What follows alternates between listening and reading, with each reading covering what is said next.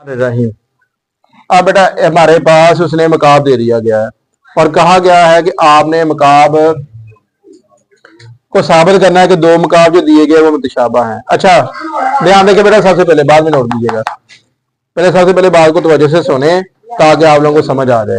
बेटा एक बात याद रखें, मकाब में और हमारे पास जो स्केयर या मुस्तील में क्या फर्क होता है। जो मकाब होता है ये हमारे पास 3D फिगर होती है, जबकि हमारे पास जो स्केयर होता है, मरबा होता है या मुस्तील होता है, वो 2D फिगर होती है। अब 2D और 3D में क्या फर्क है, ध्यान देखें बेटा। जो 2D फिगर्स होती है उसमें दो डायमेंशन होती है। मसलन हमारे पास जो व्हाइट बोर्ड है इसकी लंबाई होगी, चौड़ाई होगी, हाइट नहीं है। लेकिन अगर मैं बुक की बात करूं तो बुक में हमारे पास बेटा तीन चीजें हैं, ध्यान से, लंबाई, चौड़ाई और हाइट। चाहे इसकी हाइट कम है लेकिन है जरूर। तो बेटा 3D में हमारे पास तीन चीजें होती हैं।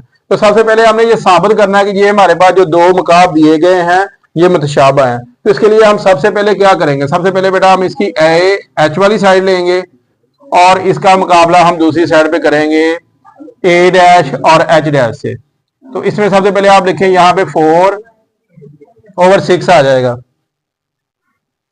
अब इसमें देखें दूसरा हमारे पास यहाँ पे आएगा एच जी और इसका कंपैरिजन हम करेंगे जी डैश और एच डैश से। तो यहाँ पे इसकी वैल्यू रखेंगे 3 और यहाँ पे 4.5 आ जाएगा।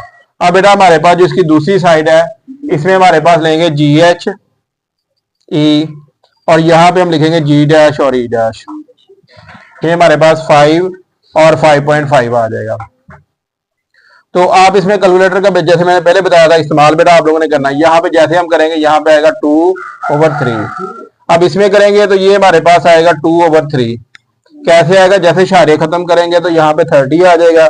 15 से आप 15 से डिवाइड करेंगे, ऊपर 2 आ जाएगा, नीचे 3 आएगा। अब इसके साथ भी बेटा आप डिवाइड करेंगे तो यहाँ पे हमारे पास 2 आएगा और नीचे हमारे पास 3 आएगा। कैसे इशारे खत्म करेंगे, यहाँ पे 50 आएगा, 25 के साथ मल्टीप्लाई करेंगे तो 50 आएगा, 3 से मल्टीप्लाई करेंगे 25 आएगा। तो आप ये देखें ये तमाम हमारे पास रेशियोज बराबर आ गई हैं।